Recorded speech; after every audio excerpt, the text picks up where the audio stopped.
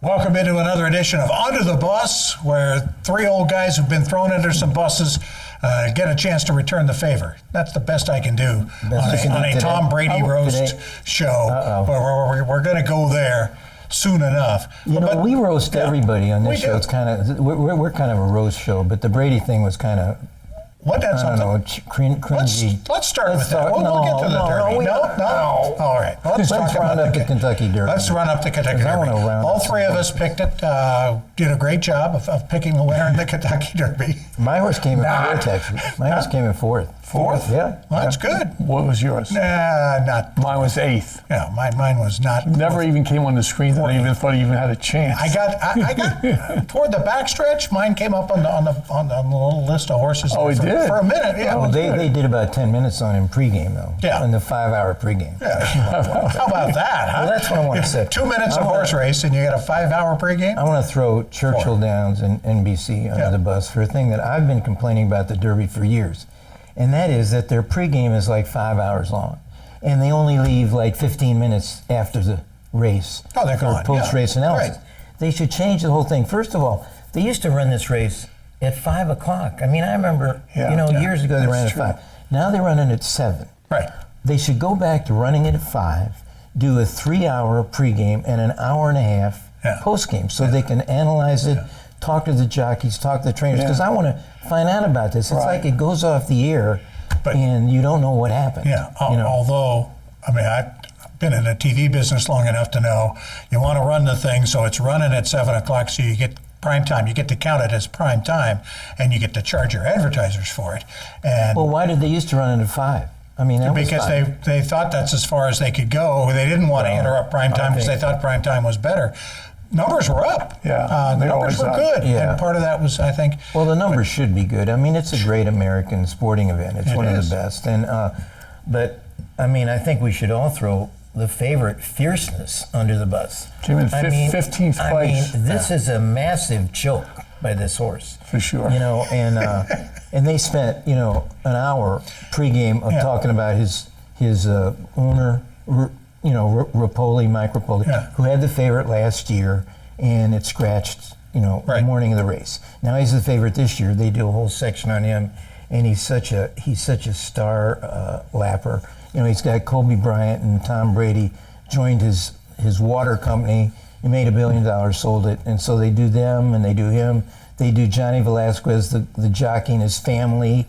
And then the choke artist runs 15th. Well, the interesting thing now when the horse appeared at the podium, at the end to answer the questions, did anyone say, "Hey, why'd you choke?" He's like LeBron. He said, "I'm not answering it," and threw down the mic. The horse Fierceness, but he seemed like Wimpness to me. I mean, Rich, they said he bolted at the beginning, which they said if he got to the front, but he did get to the front. Right, and he was in his element. Right. He was right in the middle. He had open track. Yes. And all of a sudden, the horse Mystic Dan goes through on the rail, goes through him, and he kind of, as they say, spit the bit. Right. Everybody starts passing. It's like he gave up. He stopped. Right. He gave up. Yeah. He apparently doesn't like horses running ahead of him. Well, then he shouldn't be in races then. 15th. I mean, he should make sure he's first all the time. But he was first. Secretary didn't have that problem. Secretary just got in the front. That's the best horse. He was a huge favorite. Oh yeah. I mean, he's 7-2 odds. He's lucky he's not owned by Kristi Noem, the governor of South Dakota. He was Jonah Dog Cricket. You didn't have to go there. Boot Hill. I mean, she shot the dog and the goat, and she would have put this one in the happy hunting ground. Good night. See you later. And you know what? That was not the closest photo finish of the night. Oh, the NASCAR, the NASCAR race in Kansas City was even closer. I mean, it was less than a bumper. This was a nose. The Kentucky Derby was a nose. They said it was the closest finish in NASCAR history. It was. But the other one was 3 wide. Yeah. And another thing I would have loved to hear the jockeys about the finish. I mean, they talked to the winner for a few minutes, Hernandez, I think, the winning jockey, who had a great line. He said, he had to wait to find out, as everybody did. And he said the fastest 2 minutes in sports turned into 2 longest minutes for him. That was a great line. Yeah. But you're talking about finishing, having interviews afterwards. The trainer, when they were interviewing right after the race, and then all of a sudden the number popped up. He was gone. He wanted out of there. He said, I got to go. I got to go. Yeah, because he just wanted to. I just wanted to get. I don't want to talk to you. I want my family. And, well, his little daughter was clinging. He was hanging on to him like for dear. But I would have liked to known about the Japanese horses because because the Japanese trainer seemed like he spoke really good English. He's a fascinating character. And my question all along with these Japanese horses is, why do they have American names? Why? Really? I mean, they're trained in Japan. And I have a good friend who's in the horse business. He said, well, the reason is all the Japanese horses are descendants of Sunday Silence, the great horse that ran in '89, I think, who won the Derby and the Preakness, got beat in the Belmont. And no American breeder wanted this horse, wanted Sunday Silence. He shipped off to Japan, and for 13 years, he's the leading breeder in Japan, the leading horse guy that, what they call him, leading sire. Sire. Yeah. Which is like you, Rich. You're a much better sire than you were a runner, right?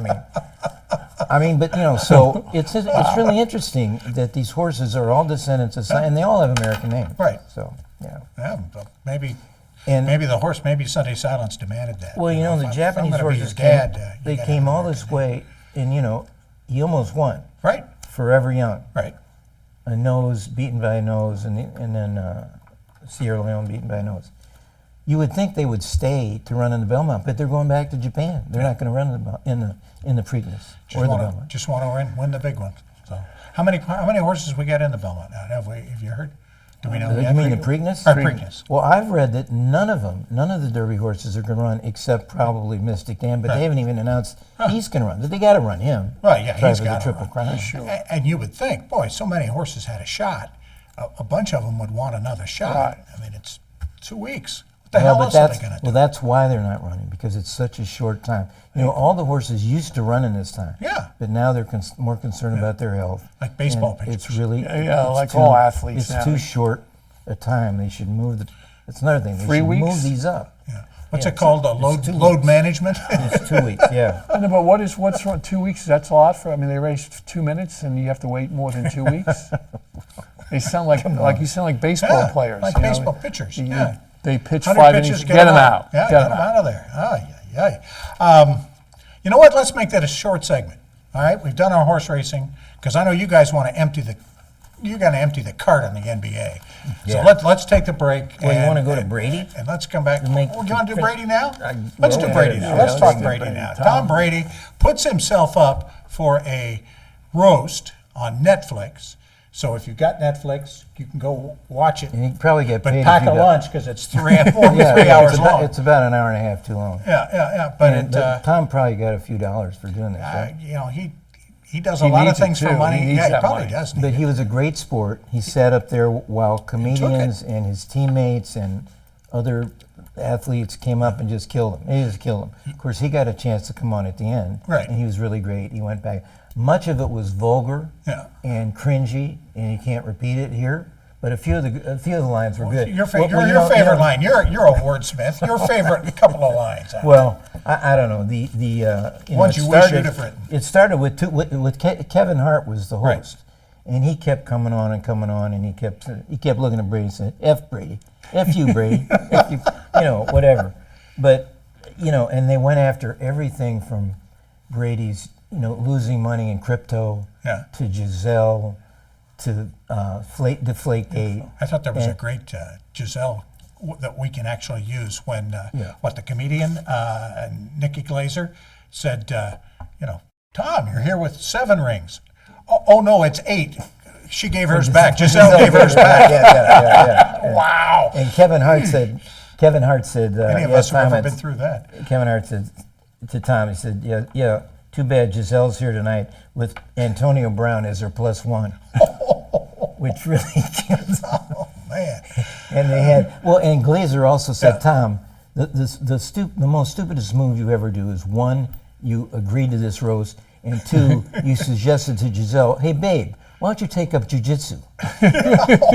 She supposedly is having an affair with her jujitsu instructor. And apparently, she comes out of this, Nikki Glaser, as the star. Apparently, had She was great. most of the She was great. most of the really good. Well, they had, and then the roast master general, Yes. Jeff Ross, who kills everybody. He's very, very vulgar, but he had a great. He says, Tom, you were drafted number 199 in the 6th round when Belichick's dog accidentally ran off and stuck on the computer. He said, I understand you came to Bob Kraft the day you were drafted and said, Mr. Kraft, this is the best decision your organization has ever made. Would you like a massage? No. I mean, there was much worse stuff. There was much worse stuff than that. How about what Peyton said? What Peyton? He Peyton said, had some great Eli and I are super excited about, and it's going to give Coach Belichick something he hasn't had in a while, the chance to be around quarterbacks he respects. Yeah, he killed Belichick. Whoa. He also said, everybody compares Tom and I, but my handicap is golf. I have a 6 handicap. Tom's handicap is he got beat twice by Eli Manning. So he blew 2 leads to my brother. Which Eli, who was not at the roast, but Eli tweets out later, says he thought about going, but he didn't want to roast Brady for a 3rd time. Which you're giant, look at him, Giants fan. He's loving that. Absolutely Well, loving it. then Brady got a chance, and he came out, and he was terrific. He says, Thanks, Peyton, for coming to Los Angeles. I understand you live half the time in Louisiana, half the time in Vendor, but you always live in my shadow. He killed. I like that. And he also said that I think he kind of directed this toward Peyton, but that the rumors that he wants to buy a piece of the Raiders are probably true because he's tired of just owning the Bills and the Colts. Well, he also said a lot of news came out that it sounded like he admitted to Deflategate. Yeah. Because he came out and he said, the NFL spent $200 million on Deflategate and, found out that I allegedly knew about this. He said, hey, why don't you just have paid me? I would have admitted I did. I mean, and he gave it, he went down the line and gave it to some of the teams. Yeah. He gave it to the Chiefs. He said, the Chiefs claim they have the loudest fans. He said it helps when they're all 14-year-old girls. And he said in honor of Tay-Tay, he said let's look. He said in honor of Tay-Tay, he said let's look at the Chiefs' eras, which of course is the name of her album, Eras. Okay. He said that the Chiefs' eras. Let's see, terrible for 50 years, good for 5 years. He said, Shake It Off, which is another Taylor Swift song. Yeah. Wow. So the Raiders all got paid. I guess we don't have to throw any of them under the bus. Brady also killed Belichick. Yeah. He said, everybody says, who was more important, who was this, who was that. Oh, yeah. He said, I got to give it to you, Bill. You're such a genius. You picked you had a choice between an aging, overpaid, injured Drew Bledsoe and a young, healthy, medium-wage superstar, me. Congratulations, Bill. A high school coach could have made that choice. And then he said, hey, I wonder, I've been gone for a while. I'm curious, how many Super Bowls have you won since I was gone? I mean, he got fired. Yeah. You got fired. Yeah. Think about that since Brady's been gone. And then he said, but I gotta. He said, everybody used to say my favorite ring is my next one. He says, my favorite ring is the television camera that picked up Bill Belichick slinking out of that poor girl's house at 6 a.m. He looked at Bill and said, Bill, you still got it. You still got it. They hammered these guys, didn't they? It was a brutal, and much more than I think anyone expected. We got much more of this kind of stuff to dump on the NBA. We'll be back with that as we continue Under the Bus.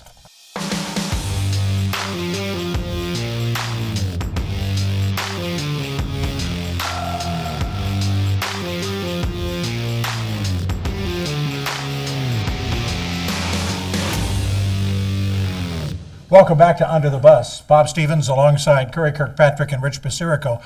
I don't think I introduced us all at the beginning of the show. No big deal. By now, if you're watching, no big deal. I've already got it figured out. NBA. I Knicks. The floor to the geniuses of basketball. The Knicks hosed Indianapolis. They had 7 guys on the Excuse me, floor. hosed them?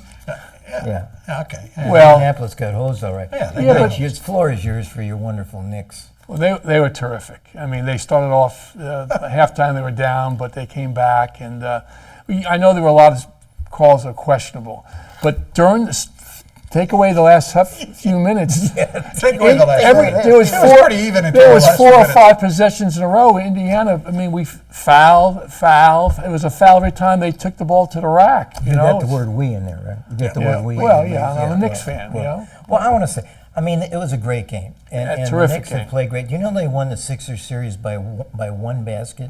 The 6 games were 2 points difference in the whole 6 games. Is that right? Yeah. Good And they series. played another great game. But the star of this game were the referees. Okay, you get to the last minute. This is a great, back and forth game, and Indiana, the Knicks have the ball. Right. Brunson has the ball, your star player, and he throws it basically away, and they call it a kick ball. Right. This is like with 52 seconds Right. ago, right? They call it kick ball on Indiana. I'm watching at home. I can see in live time. There's no way the guy kicked the ball. And then they can't challenge it, though. Right. No. Which is, how brutal is that? Well, I don't like they challenges anyway. I don't but like Rich, challenges they challenge everything. I know. And then the kickball can't be challenged. It was obviously not a kickball. Indiana should not only have gotten the ball, but they were going to go on a fast break because they got the ball in possession Right. when Brunson threw it away very carelessly. I'm going to stop. They would have I gone want to down. stop the game, though. The coach who doesn't want to have challenges. It takes away from the game itself. You have the momentum. You're playing well, and you're You'd rather going. have a bad call. Well, that's the nature of the game. Well, It's the in that nature game, of the in game. the last 2 minutes in Okay. that game, there must have been 4 different challenges. Right. It just It stops the everything. game, and then sometimes It these stops officials everything. take forever. You watch on the replay, Yeah. and you can figure out the call yourself, and then what are they waiting for? It's 3 or 4 minutes go by. But the challenge, you're right, Bob. You want to get it right, but the nature of the game, let it flow. But when you have to stop the game, and it's when like, is it? When has the NBA ever had any flow? I mean, they stop it for free throws every 20 seconds. So they make that stupid call, which kills the Knicks. Now DiVincenzo off that play makes a 3 to go ahead and Right. basically win the game. Makes a 3, but now they come down and Indiana has the ball. They're down 1. Down 1 with 12 seconds. Right. Okay. Now this because game the Knicks Brunson threw it off the guy's chest, and it came back and hit him out of bounds. Brunson made 2 really Right. bad errors, which he didn't get penalized for. But anyway, so now Pacers have the ball, and this back and forth thing, they're going to score. I mean, they had 12 seconds to score. They're going to score, okay? And they get the ball, and DiVincenzo runs into Turner, and Turner gets called for the illegal screen. Right. And on TV, who's the announcer that we love? Van Gundy. Stan Van Gundy. So that is never, ever, Was it Stan ever or Jeff? called. It was Stan. Stan. And he said, he moved a little bit, but that is never, ever called, especially with 12 Late in the seconds to game, go. yeah. He said, this is New York, it's Broadway. I mean, this is the greatest, he said it's the greatest acting job I ever saw. I mean, DiVincenzo ran into Turner, and he roared his head back and fell back on the floor like he was run over by Mystic Dan. Yellow card. I mean, it was like, it was unbelievable. It was a great acting job, without a doubt. Without a doubt. I mean, It's he Broadway, should've- right? And he should have got the Tony for that. I mean, there's a guy on trial down the street in New York who is a victim of all this victim stuff. I mean, DiVincenzo could give Trump lessons in victimization here when he did it. And so now, it takes the ball away from Indiana, and the Knicks run it out and win the game. By the way, I mean, come on. today, we're taping this on a Tuesday. Today is the 29th anniversary of Reggie Miller. Oh, is it right? And he's gonna be in the Garden Wednesday night. Wednesday night. Oh yeah, they talked about They'll it. go nuts over And that. Van Gundy said, "I don't even want to sit next to you." He might get some bottles from Spike Lee is going to be ready for him. But I just think, the Knicks were given a game in the series against the Sixers, and the NBA came out with their 2-minute report, which showed that he should have. They showed he traveled. Maxey traveled. Right. Yeah. Another thing that they never ever called traveling. So what are they talking about? They're going to call it traveling. But this but 2-minute he did report, travel. and they've already come out. Is and any of said this that- going to matter because Boston's waiting for the winner? I mean, Boston's the best team in the East for sure. Or does but Cleveland take them out after struggling, does Cleveland rise back up? But it's crazy. Last year, Boston was #1 seed and lost to the 8th seed, which was Miami. Yeah. And talking about Miami, how about Jimmy Butler coming out? See what he said? Oh my God! You mean Pat? No, but Jimmy Butler first came out and said if we would have beaten, if I was playing, we would have beaten Miami. I mean, not Miami. We would have beaten the Knicks or the Celtics if I was healthy. Well, you're not healthy. Yeah. You know, you're not on the floor. But then the owner. Oh, Pat Riley, which I loved Yeah, that was he did. great. I love that he great. said he should keep his mouth shut. You Well, know, there you go. Can I get back to your Knicks and Brunson? Because don't you think he's a great player? the Nova Knicks. Well, I want to just talk about the Nova Knicks a little bit because I have a couple anecdotes. They had 94 in the first game against Pacers. The three of them, 94 together. Brunson had what, 42, 43? Yeah. He's among now 4 guys that have 4 straight 40 games. Which is Jordan, amazing. Jerry West and your guy Bernard King. Bernard King. Yeah. But I think Jerry West had 6 games of 40, right? yeah. How about that? But think of the company that he's in. That's pretty But tall. you know, Brunson seems like such a great guy. When he's interviewed, there's no hype about this guy. There's no razzmatazz. There's no. He speaks English. You know, he acts. He doesn't ask the question. He asks the question. You know, and I just go back to his days at Villanova. I thought it was after the Sixers series, he went on with the microphones with the TNA guys. And he asked him about what it's like to play in this building, because it's a Sixers building. And his Nova banners are up. He says it's great to see the 85 banner and the 16 banner, 2016 and 2018. And then Kenny Smith came Kenny on Smith with a hard time. You see this? Yeah. He said, Kenny, is that you? And he said, 2016, 2016. 2016 it was a game that Chris Jenkins hit the last-minute shot to beat my North Carolina team. I was there, and I died in that shot. I mean, I was there, and it was awful. And, of course, he's killed Kenny Smith. And then they showed a replay of that shot with the TNT studio, and Chris Jenkins hits the shot in the background, and Barkley is jumping up and down like crazy because his daughter went to Villanova. And Kenny Smith is sitting there just like forlorn. It was great. Good stuff. That's good. But you know, they talk about. Can I do one more? Yeah, absolutely. They talk about the Nova Knicks playing together. Right. I went back and looked. The 2016 championship, Hart played in that. Yeah. And Brunson played in that. Brunson made 4 points in the championship game. Okay, he was no factor. The 2018 championship, that's a championship that DiVincenzo made 31 off the bench. Wow. And won best player. All right. And Brunson had like 4 points in that game. You know, he was nothing. The year in between is the 1 year they all played together. Brunson, DiVincenzo, and Hart. They didn't get out of the first. They lost in the second round of Michigan. Wow. Yeah. Wow. That's the 1 year they played together. Well, they got it together with the Knicks. Well, and the kid that won the most best player in the 2016 championship is Arcidiano. Remember Arcidiano? Yeah. He's the guy that passed the ball to Chris Jenkins. Okay. And he has the best nickname in the history of basketball. They call him after that the Arch of Dimes. Ooh. I mean, is that great? The Arch of Dimes. I have to tell you a quick story on that. 2016, I was in a bar watching with a friend of mine whose daughter went to Villanova, and my daughter went to Villanova. Right. And when they hit the shot, we hugged each other, and some man who was in the bar, a Villanova fan, who we don't even know to this day, hugged us also, and we all fell to the ground. We don't even know who the guy was. But the Wildcats won. And there was no foul call. Yeah, that's all. All right, next we can move on now. Yeah. We've spent 10 minutes talking about the East. About Villanova. And you know what? None of those guys, because Minnesota is now the Cinderella. Right. And now they're the hot favorite. Become the favorite. Beating Denver twice. On their home floor. Yeah. And they beat Phoenix 4 in a row, so now they're 6-0 in the playoffs. That's pretty stout and stuff. They did it in the second game without Rudy Gobert, who just had his first son. And speaking of nicknames, he's always had my favorite nickname in the NBA because, you know, he's from France, and he's such a great defensive player that his nickname is the Stifle Tower. The Stifle Tower. That's always been my favorite. And now Stifle has a little stifle after the game. But you know, I mean, we can give props Still not again. The Big Dipper, but I'm sorry. I go back. Stifle Tower is much Stifle Tower. But, we have to give props. I mean, Anthony Edwards, the Ant-Man, has now become the face of the league, right? He's the next Jordan.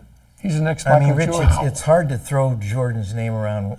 It's always done with these players, but every time he gets the ball, it looks like he's going to score no matter what he does. Shoot a three, go to the basket, mid-range, bounce a guy off. He can definitely do it all. He's just a terrific player.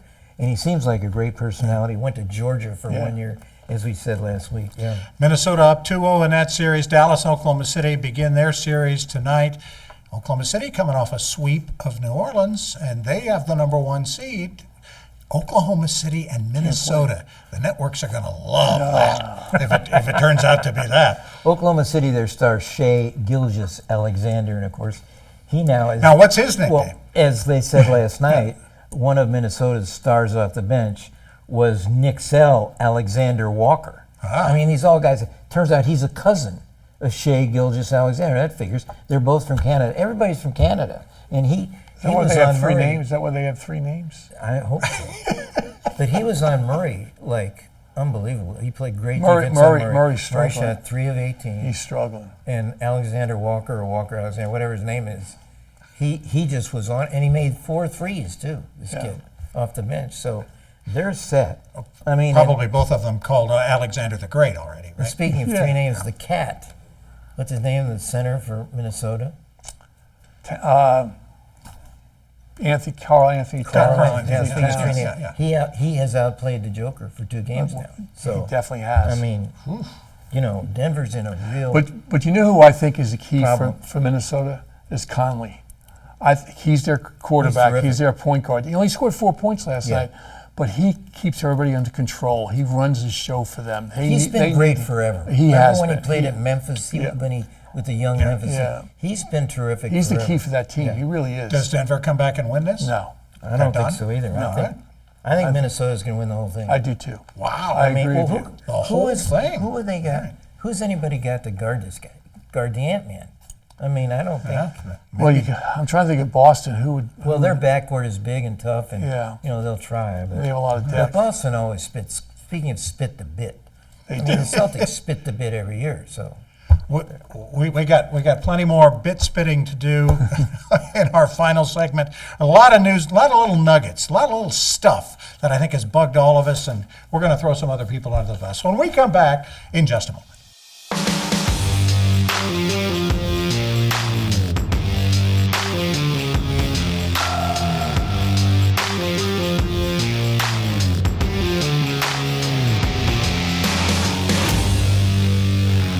Thought we were going to, as we welcome you back under the bus with Rich Basirico and Curry Kirkpatrick, I'm Bob Stevens. I thought we were done with the NBA. We may not be.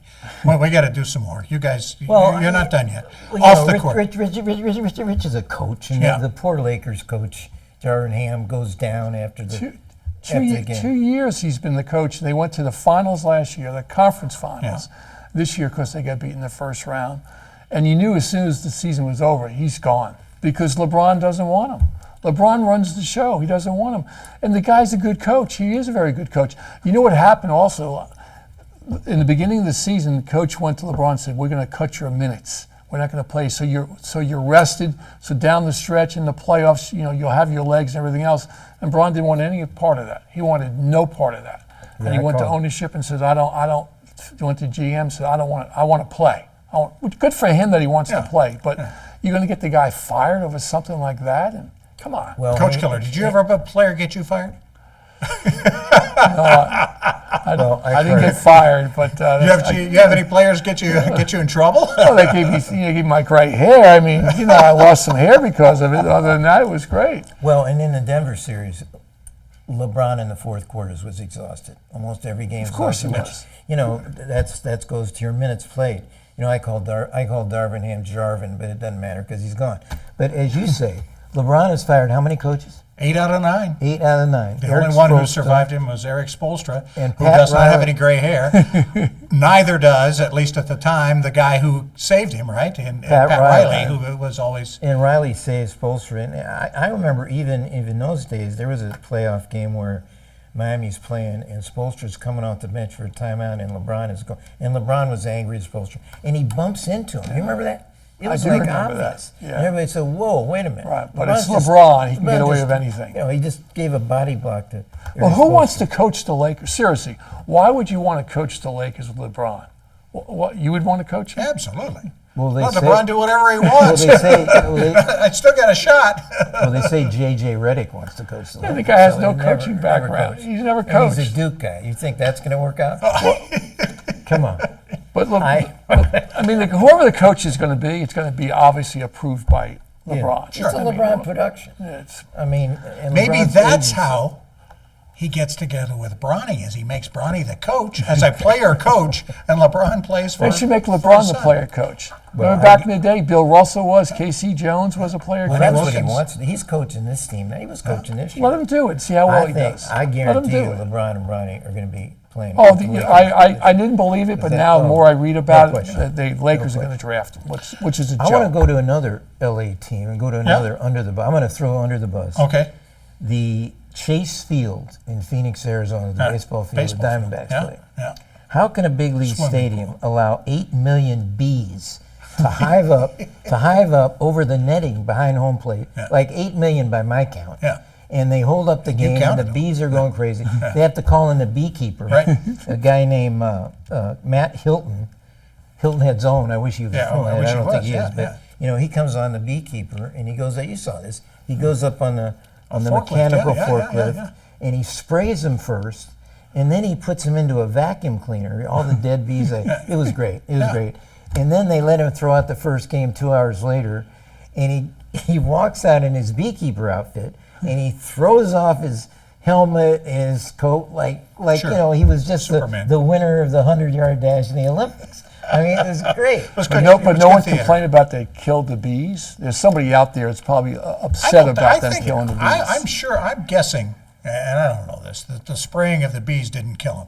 It knocked him out, and then he sucked them up. And because I'm sure there would have been some serious Christy Nome stuff if, Oh, you if he think had if he killed the just bees. killed them with? Oh, he killed them. Come on. No, I don't think he did. I think You mean they're right, buzzing he just around? stunned him. You Yeah, mean they're yeah. buzzing around in that Well, little pipe? and then they got him out in and the they vacuum put cleaner? him someplace. They're buzzing around in the vacuum. They should have just taken the Twins' summer sausage and gotten the bees interested in that. The Twins, you see that 12-game winning streak. I mean, they had done nothing this year.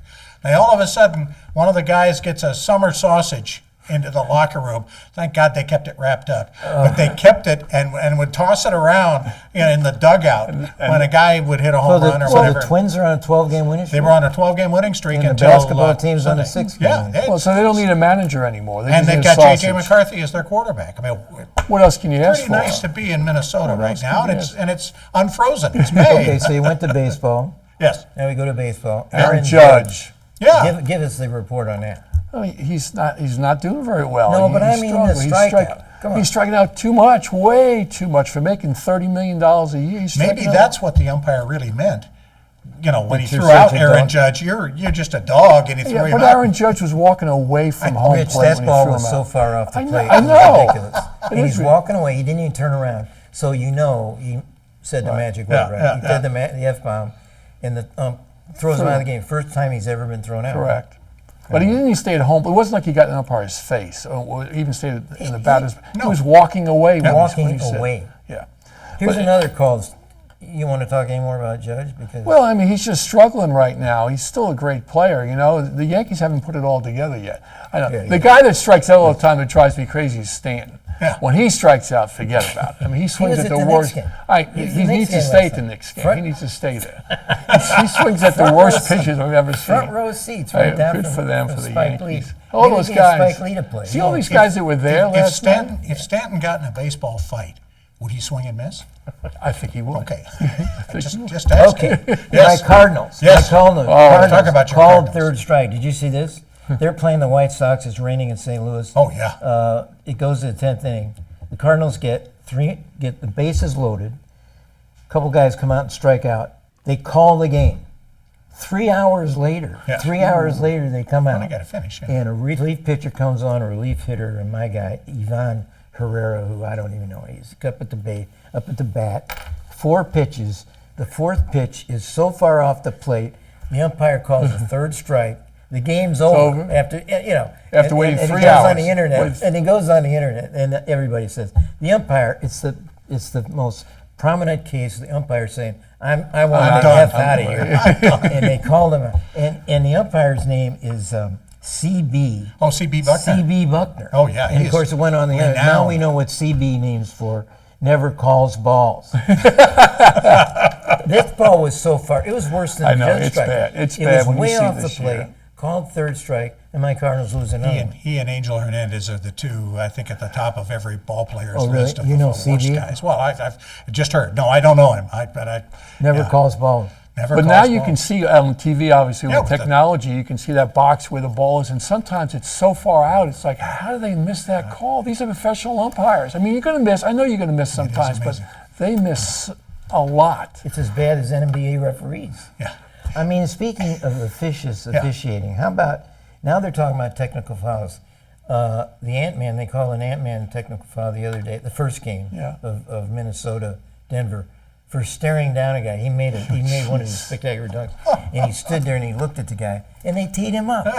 And even the announcers again said, "What is that?" Reggie Miller went nuts. Yeah. He said, "What is that? There's no way they should It's tee these guys bad. up." If you think it's bad, you think about how about high school basketball and officiating sometimes. Whoa. Yeah, I'll bet. Tell us that great story about, maybe you did already, about the guys called a basket at the end of the game, and then they switched it. They switched the call, and game over, you had to walk away. Right. When you first thought you'd won. And Right, then they turned it around. But the best thing ever happened to me was when we went to a game 3 hours away, and we played, JV girls, JV boys, varsity girls. Now it's varsity boys. So you're sitting there through the whole night, and it's finally, right before the game, the official comes to me and says, "Coach, I think I'm going to retire." I go, "Oh, really? That's when are you going to do?" He goes, "No, I mean like retire, like now." I mean, what do you mean now? He goes, "I'm." You didn't referee the game? Are you going home now? I go, "Sir, we drove 3 hours. You retire after the game." After the game. He goes, "Well, I said, the previous game, did our coach get on you?" He said, No. I just think it's time for me to kind of step away from officiating." I go, "You can't leave During that." the game, during the night. Before the game. Before a the game. I convinced him that he did stay. He did stay. Yeah, but he wants out. He wants to stay. Yeah, Did you so get what any kind of calls? game do you think he's going to call? Yeah. Did you win or lose the game? I don't remember. Yes, We you won. do. Yeah, I'm sure you do remember. Because did you get any calls? Yeah, I could write a book about officials in the high school league. You should. That'd be good stuff. Well, to get it back to the NBA, though, again, now the NBA has this 2-minute report that they do after the games where they're going to say whether calls are right or wrong. And the other night they said the thing on the I'm forgetting. Although travel call. On Turner throwing the illegal screen. Oh, okay. They said that was a mistake. Right. Well, why did they Bring it out? First of all, it makes the refs look bad. It doesn't do anything for the team that lost. Right. What good is it? They just want to show that they're honest. Yeah. I mean, I call it the Tim Donaghy rule. the referee, that got thrown in jail for betting. That's what they want to do, I guess. I think it's ridiculous. It's a bad deal. Well, what's the advantage of doing that? I mean, what does it help? It makes the team feel bad that we should have gotten that call, or we didn't get the call, and it does make the officials look bad. So what's the purpose of it? Well, and even the game going back, the game the Sixers won where Maxey had the great game. Right. They said Maxey traveled Correct. before that great three-point play that he made. Travel? They haven't called travel in the NBA in 50 years. Or three seconds. Yeah. You used to play CYO basketball. Yes. This is called CYA. Yeah, certainly. They're just covering their backsides. Anybody needs to throw under the bus before we wrap this up? I got one. All right, I got one. Go. Jack Nicklaus, of all people, Why? has played 3 times at Augusta since the Masters. Okay. Went there, played for a weekend. He shot from the members' tees. He shot 88, he shot 90, and he shot 91. He came in and threw himself under the bus by saying, people for 50 years have been saying, I want to play like Jack Nicklaus. Well, now you can. That's a great line. Give Jack all the credit for that. All right, we'll be back next week. We're going to throw a bunch of other people under the bus. We want to thank the crew here at USCB for helping us out. Justin, our producer. Thank you for paying attention for 40 minutes. At least it wasn't 3.5 hours. There you go. Thank you. Thank you. Take care. Thanks for watching.